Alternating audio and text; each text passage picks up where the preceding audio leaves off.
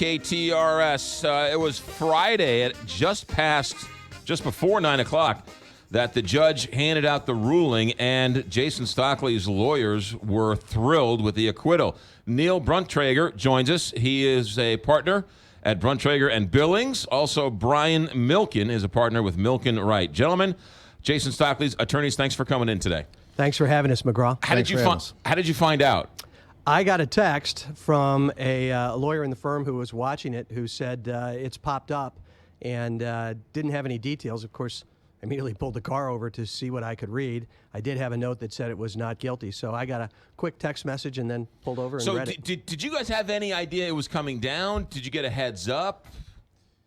We had some idea that it was coming that morning, but really no more of a heads up than anybody else. Yeah, we'd been told that the law enforcement was going to get notice that it was coming down, and we also knew that they had been told, they being law enforcement, had been told that they were going to go to 12-hour shifts, and so that was a pretty good indicator that it was going to happen, and so we planned it accordingly. But the judge never tipped you guys off as to what was going on. No. Who told Jason Stockley? I think I did. I immediately, once I saw the text, I immediately called him and said, it's done, it's over, and it's online. I said, I'm reading it now, pull it up, and we sort of read it together.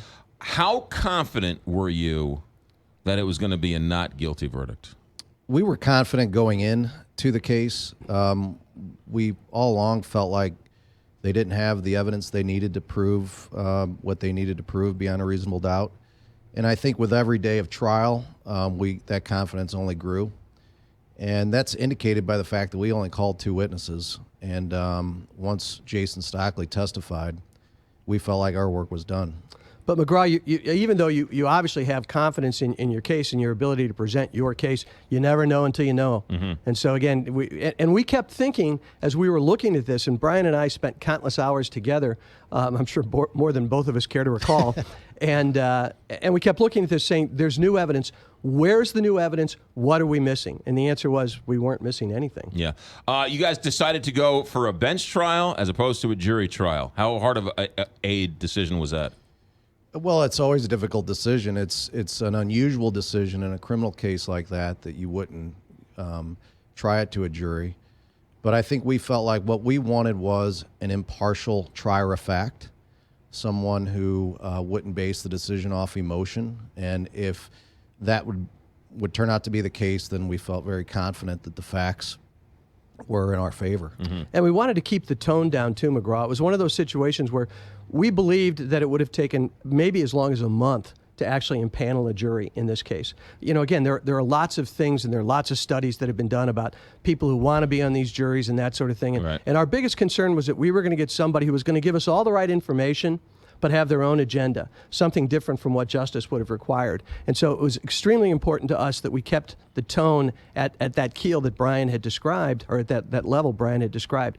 And so once he overruled our motion for a change of venue, we almost instantly filed a request to waive the jury. I'm not a judge. I'm not a lawyer. I read his decision, and it seems like reading the judge's decision, it wasn't even close. Am I reading that correctly? You are, and it wasn't. And again, I would implore anyone who wants to take issue with this decision to read it. It goes back to what we said back in Ferguson with Darren Wilson. People who had problems with that decision simply had to read the 82-page report the Justice Department had put out. Judge Wilson did the same thing. He literally went through every witness, through every detail, and there's no question that there was only one result that was available.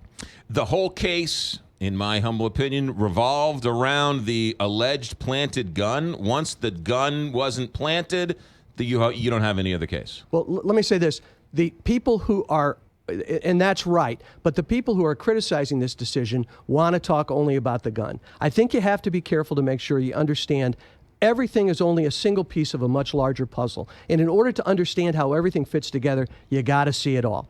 Now, again, the planted gun and the issue with the planted gun is I suppose ironic, because Brian, who can tell you more about this than I can, Brian had a case where DNA was the issue. Why don't you tell him about that, Brian? That's right. I represented a policeman in the Vonderett Myers case, the Shaw shooting back in 2014. Right. And in that case, the circuit attorney's office, the same circuit attorney's office that issued this case against Jason Stockley, issued a report that said that DNA evidence, the lack of DNA evidence specifically, meant nothing. That these cases do not turn on whether or not they can find DNA evidence on guns, and typically, using the technology they had at that time, they don't find it on guns. So what they used as an explanation in Brian's case, they tried to use as some sort of evidence in this case. This is important. Hold on a second. Vonnegut Myers, he was the one who said, I have sandwiches, I didn't have a gun. Then there were pictures of him all over Facebook with the gun. He shot at a police officer. Then they said it was just a sandwich, and then he was shot and killed. So we knew from those photos that he actually had possession of that gun. That was undisputed, but his DNA was not on that gun. Again, that's not unusual. So Jennifer Joyce's circuit attorney's office said just because there's not DNA in a gun doesn't mean anything. And they put that in a printed report, McGraw. They actually said to the public, to the city of St. Louis, look, you can draw no conclusions from that. And then in our case, they do the exact opposite and say, draw conclusions from that. Which is it? Jennifer Joyce brought these charges 5 years after the initial shooting. Was that because of this new cell phone video that surfaced? No, that didn't come out until after Jason was arrested. And that didn't come out because it had been given to law enforcement. That came out through one of the news agencies, through the Post-Dispatch. So they didn't have that information. That's not new evidence. Okay. We deposed the chief investigator in this case just prior to trial, and we said, what new evidence is there? And he said, there is no new evidence. There is no new evidence. So why did Jennifer Joyce 5 years later bring charges against this? Well, that's a question you'll have to ask her. My suspicion is that she did not want the dash cam video to be released without charging him. And we knew that that dash cam video was going to be released at some point in the very near future, and she ended up charging him. But the dash cam video didn't really show anything. Well, it actually did show quite a bit, and actually it was in our favor, because what it shows is when Jason Stockley finally fired his weapon, he is backing away, and literally you can see that he's clearly startled, that something in the car caused him to lift his head. You see him unholster. You don't see his hand, but you see his right arm come up. You see him unholster his weapon and step backwards. This is not somebody who's executing somebody. This is someone who is responding to a threat. And we have independent witnesses who said he appeared to be startled. And that was the uncontroverted evidence. So again, all of that tended to, I mean, obviously it went in our favor, it mitigated in our favor, and that was something that was available there. Also, it wasn't brought up and sort of missed in all this. This wasn't a random red light running, speed stop, jaywalking incident. This was a drug deal gone bad, was it not? That's exactly what it was. It was a drug deal gone bad that they had observed while they were on the street patrolling. And Anthony Smith tried to hit the policeman when he was initially trying to evade them coming out of the church's chicken lot. He hit their cars twice. And so, yeah, this was not a stop sign violation. This was a drug deal. And he was a drug dealer. And, you know, one of the things that people do not know about Anthony Smith that's not in the public is that he had, I think, 4 prior convictions, 2 for drugs and 2 for gun possessions. Anthony Smith was involved in 4 police pursuits from May of 2011 until this incident. He got out of prison in May of 2011. We know from deposition testimony that he was involved in 4 police pursuits. We also know that Anthony Smith was not going to go to prison. Why is that? Well, because he did not want to go back. I see what you're and so, saying. you know, that the pursuits are an indication of that. And that day, he was a parole absconder. So this wasn't just the drug deal that was at issue. Even if they'd had mere contact with him and they had run his name, they would have discovered that he was wanted. So unrelated to that. Now, of course, the officers didn't know that at the time, but it explains his violent response when they tried to literally. So you're saying he was going down no matter what? He was either going to get away like he did on the 4 other previous occasions, or he was going to battle it out with the police. And one other thing and let me say that was his choice. That was not Jason Stockley's choice.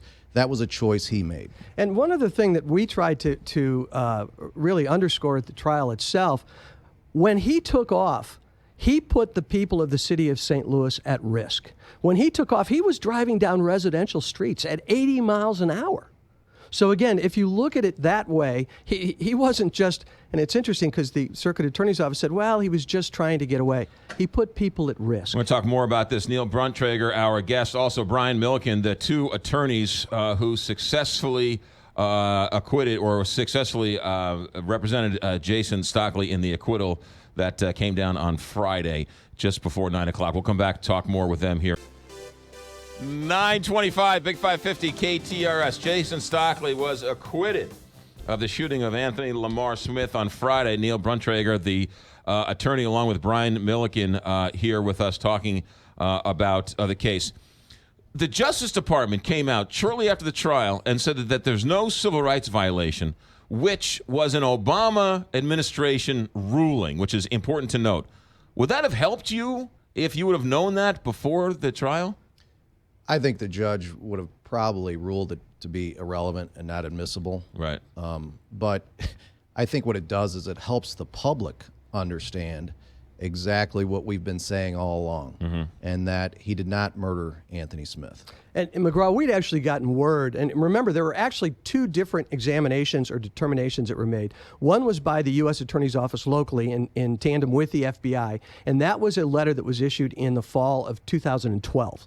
And they declined to prosecute. In my 36 years, I've only had 2 times when I've had letters that have been written from the federal prosecuting authorities saying they weren't going to do this. One was Darren Wilson, and the other one has been Jason Stockley. And I'm not just talking about police officers. I'm talking about other cases. Most of the time, they simply say, well, it's still an open file. So in these 2 instances, they came out and said there is no evidence. There is no evidence. And and it caused all the and controversy. both of those were under the Eric Holder direction and under his leadership. Now, we'd also been told in 2015 that the DOJ had made the decision not to pursue any further. I think they just formalized it with this determination that came out after the trial. And we tried to get that in front of the judge. We wanted him to know that, but he didn't want to hear it. Do you think, because Jennifer Joyce filed the charges on her way out the door, she was retiring, and then she left it for the next one coming in. Was there, in your opinion, political pressure? What was the reason? I know you said ask her. I'm going to ask you guys to speculate. What was the reason she did this at the end of her term? Well, I think that she was the victim of some protesting that occurred at her house. And there was a video that was done of her in 2012 regarding this particular case where she said there is not enough evidence to prosecute this matter. All right. Now, we then have the video that's coming open. We then have the protests that are done at her house. And then we have a decision to indict based upon her claim, that there was new evidence. Now, she claimed that she hadn't seen all of the information. And again, the chief investigator in this matter said that not only had they seen everything, that they had gone out of their way to make sure that the Circuit Attorney's Office had all of this information. I want to make it clear, McGraw, we're not talking about the current Circuit Attorney. We're talking about Jennifer Joyce. Right. So they made arrangements for them to come up and look at the videos. They looked at the evidence. There was nothing new. What this new evidence is, who knows? And when we were in court on the bond hearing in this matter, the court specifically asked the assistants, what was the new evidence? And they said, we're not going to tell you that. And they said, we aren't going to tell you this because it might threaten the case. Now, again, Brian and I both heard that, and we thought to ourselves, well, what is this? What are we missing? What's here that could possibly sink their case? Knowing full well they'd have to disclose it to us eventually, there was nothing. And so now we sit at the end of the trial, and the verdict's in, and there was no new evidence? None. The only new evidence was the cell phone video, which they didn't have. They could not be referring to, and that helped us. So they were lying. I'll let you draw your own conclusions on that. Anything else you want us to know? Just this. Again, those people, everybody has a right to their opinion about this case, but you only have a right to your opinion about this case if you've read the finding, if you've made yourself educated on the facts and the law, and you pay attention to what Judge Wilson wrote. Everybody in this case had a chance to disqualify Judge Wilson. Both sides could have disqualified him in the very beginning, and neither side did. Both sides believed that he could give us a fair trial, and he did. And now we have this decision. Pay attention to it. It explains what happened. And for those who are elected officials, for those who are responsible for the safety of the city, you have a duty to read this, and you have a duty to explain this, and you have a duty to tell people that the system worked. It worked. The city settled a $900,000 wrongful death suit for the family. Again, why did they do that? That's a great question. Again, it's one you'd have to ask them. Now, I will say that there are different burdens of proof in civil cases. And I think that one of the driving factors there, again, I don't have any independent knowledge of this, was that they did not want that cell phone or that dash cam video footage released. Because even though, in our opinion, it shows that he did not premeditatedly murder anyone. Right. That he didn't even have his gun drawn when he went to that car. He waited 15 seconds. He gave commands. All of those things are indications of him not murdering anyone, and in fact, him acting in self-defense. They didn't focus on that. I think what they focused on was the statement in the car, and that's probably it. Yeah. And you have to remember, this, of course, the settlement occurs post-Ferguson. So, again, I think the optics, and if we're going to be completely honest, the optics are something we have to pay attention to. White police officer, black, quote, victim, unquote. Right. And again, that's a problem, and it's perceptions. Now, again, based on the facts, as Brian and I know these facts, and as Judge Wilson knows these facts, and as they came out in the courtroom, I can't understand how there could have been liability. His partner took the fifth. Is that right? He did. Explain that. Well, I can only tell you this. We have to go back to the whole sordid history of the indictment in this matter and how this all comes down. Initially, the Circuit Attorney's Office approaches Officer Bianchi and says, we're going to give you immunity, which means that you can testify and you don't have to worry about what you say in any way hurting you. The problem with that, of course, is that there's two levels of immunity you have to get. One is at the state level and one is at the federal level. Well, they got state immunity, and when they approached the feds said, well, we don't have to immunize him because we don't think he did anything wrong. We only immunize people that did something wrong. And so they were unable to get both prongs of that immunity. So they de-immunized him. Add to that their claim that there's new evidence. If I'm his lawyer, and I wasn't, but if I was his lawyer, I'd say, look, you can't say anything. These people are all over the place. You can't trust what they're saying. You can't believe what they're representing to you. And so the safe thing to do is invoke your constitutional rights and take the fifth. And he did, and I would have done the same thing. Neil Bruntrager, partner at Bruntrager and Billings, and Brian Milliken, partner at Milliken Wright. Guys, thanks for coming in. You're always welcome here. Thanks, McGraw. You got it.